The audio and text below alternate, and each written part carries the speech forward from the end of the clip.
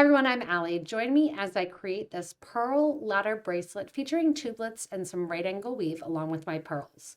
Remember, if you need any materials, go ahead and look below the video in the description to shop with us online. Gather up all your supplies, your bead on a board, and let's get started.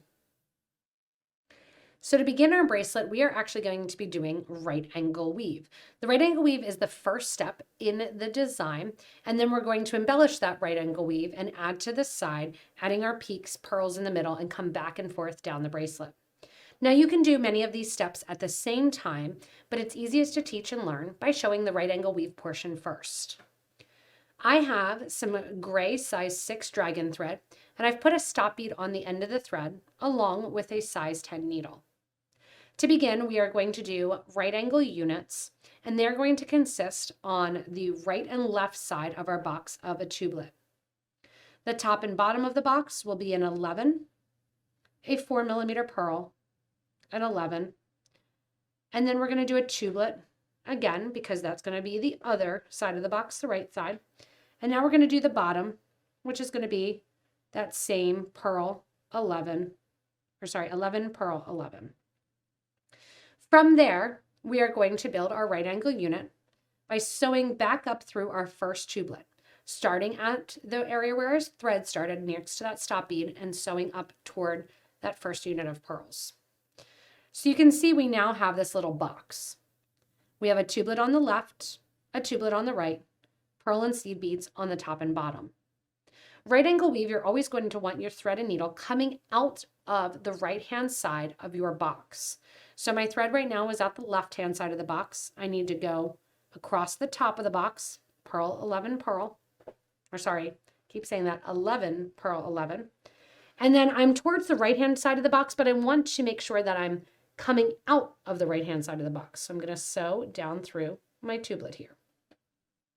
That completes your first right angle unit. From here, we're going to keep building right angle units. We're going to take our thread and needle now, and we are going to add the bottom of our box, 11 pearl 11. The new right side of the box, another tubelet, and the top of the box, 11 pearl 11. To round it out and to create that unit, we're going to sew into the top of the tubelet that our thread is currently coming out of, down towards where the thread is coming out. That creates our second box.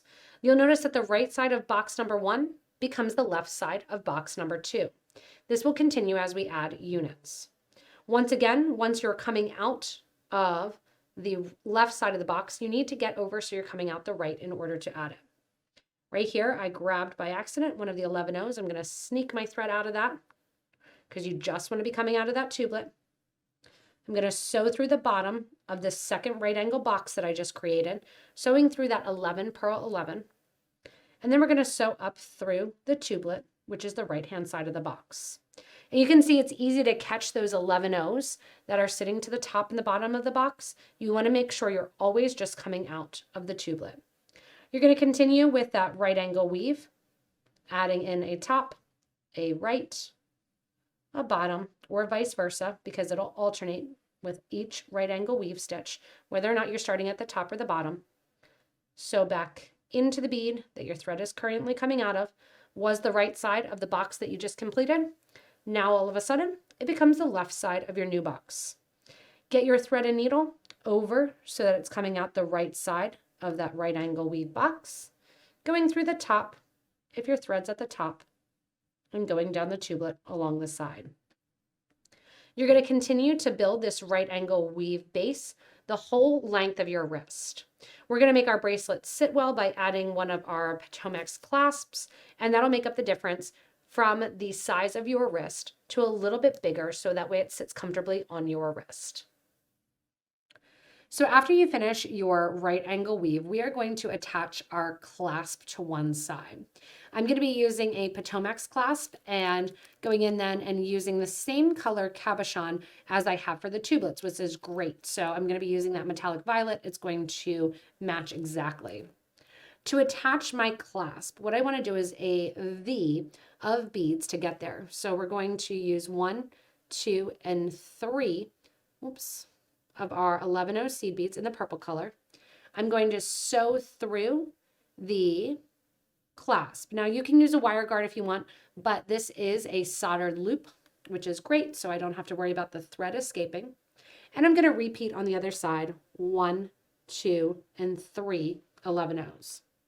Going back through that lapsed tubelet almost as if we're getting ready to create our next right angle unit. And we are going to reinforce one more time.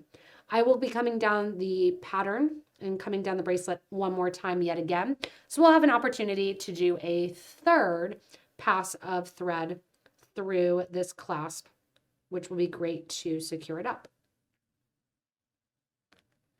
Give a nice little tight pull to get rid of any extra thread. Now what we're going to do is come down the right hand or the bottom of the piece here, and we're going to add the clasp on the other side and come back up the top. As we go down the bottom, what we are going to do is grab one 11-0 in my champagne color, so switching colors. We're going to sew through the 11-0 and the pearl that is already there. I'm going to add 1 and 2 of my 11-0s. We're going to do this to get a point. So we're doing 1, 2, and then we're going to do 3 and 4 11-0s in our purple color. We're going to sew back through that same pearl. So the thread is coming out of the pearl. We add 4 seed beads in our primary color, which is our purple. We're going to sew back through beads 1 and 2 of that purple color. So up between those two groups of 2. Add 1 champagne bead and down through the other 2 groups of 2. Now you might say, why did you not add the champagne bead right away? Because I would have gotten more of a rounded look rather than that nice point. From here, so back through the pearl, through the next 11-0 after the pearl, and then you're going to add 1 more 11-0 in the champagne color. So on top of the tubelets, it's going to look like you have just that little champagne bead there. And on the sides, we're going to have that little peak with the champagne at the top. Once again, when you get to the side, 1, 2, 3, and 4 11s. So back through the pearl that your thread is coming out of. Once you're at that pearl, sew through the first 2 11s that you just added, bringing your needle out, adding 1 more 11 to get my point in that alternate color, down through the second grouping of 2, back through the pearl, through the 11-0 after the pearl, and then we start that process again, adding the champagne and in to my next 11-0 and out after the pearl. You're going to continue down the whole bracelet, adding in that peak. You'll see it turn a little bit towards one side. Don't worry, when we get to the top and do the same thing, you'll see it stretch out and mirror and make it nice and straight and ready for us to start adding our pearl in between our tubelets. Once you get done the picot trim on this side here, we are going to go in and add our clasp on the other side. The main thing on the clasp on the other side is you want to make sure that it is sitting so that way it will link in and your bracelet is not turning to get the tongue of the clasp onto it. So you want to make sure you can, if you want to, put the clasp and that tongue actually into the piece. Hear that nice click there. Turn your bracelet so that way when you're sewing, you sew into the correct space on it. So that's what I'm going to do to avoid that error, which makes you really sad when you do it if you sew your clasp on the wrong way. From here, I'm going to repeat the same thing that we did on the other side. So I'm going to get out a couple more of my purple here, and then we're going to travel back up the top of the bracelet, adding in that picot trim as well. So 1, 2, and 3 11s. Catch on, making sure again that your bracelet is not twisted anywhere. Onto the clasp, 3 more get added in, 1, 2, and 3. And then coming back here, push that stop bead kind of out of the way. Don't sew through the stop bead. You can even move it at this point if you want. And then you're going to reinforce going back through the top, through the clasp, and down through the opposite side. Give a nice tight pull. And now you'll notice that you're missing that one seed bead there to match the other side. Don't worry, as we come back down one more time, we can add that in at that point. Add your 11-0 and then right in and repeating, doing your little picot trim on the opposite side of that right angle weave. So when you get to the end here, the last thing to do is to add in that last champagne color. And once again, we're going to use this opportunity to reinforce that clasp and the thread going through the clasp, taking it through the seed beads, through the end of our clasp there, then coming down the seed beads towards the interior. That gets us 3 pieces of thread connecting the clasp to the bracelet, which is great. From here, we are going to sew over into the pearl and get ready to add our pearls to the interior of the project. You're going to take your needle and thread going into that first seed bead, into the pearl. If it wants to go through the next seed bead, which it's going to want to because you sewed it into a line, just sew it back out of that last little 11-0 seed bead. This is going to get us set up then to put our pearls in the middle of our project. I did want to stop and show you how pretty it is if you want to keep it at an open view instead of with the pearls in the middle. We're going to add the pearls in the middle with a series of 15-0 seed beads before and after the pearl as we go in and give it this almost it looks like a door knocker to me, almost elegant kind of angelic look with those 3 pearls down the middle. Coming out of the pearl, I want you to grab some of your 15-0s. You can change up the pearl color if you want to, but we are done with our 11s and we're just going to use our pearls and our 15s. So you can clean up your work area. We're going to come out of the pearl here, add a 15, add another one of your pearls, add a 15. And you're going to go to the pearl that sits directly below. Sew through just the pearl, bringing your needle and thread out the other side. Add another 15. So back up through that same pearl. So you're coming out of the bottom pearl, adding a 15.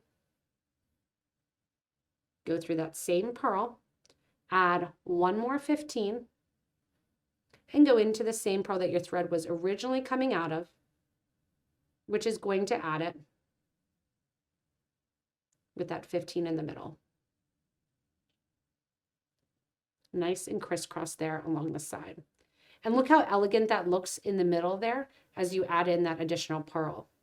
From here, you're going to sew over, which helps to give stability to those picot trims all the way over till you're coming out the next pearl. And now you're ready to repeat. Adding in the 15 pearl 15, sewing through the pearl below it, add a 15 back up through that same pearl, and then connecting to the next one. You're going to keep going. You can alternate if you want to. If you want to keep one open, closed, but go ahead and add in your extra pearls, every 1, every 2, whichever design you want as you come back down through the bracelet. When you get to the end, after putting your last pearl in the middle there, you're going to drop in your 11-0 seed bead that connects and is right next to the tubelet, right above it, just like it is on the other side, you making them match. Now what I'm going to do is reinforce that clasp with the rest of my thread here, going up once and twice around, making sure that I'm going through that loop there as I come out. Oops.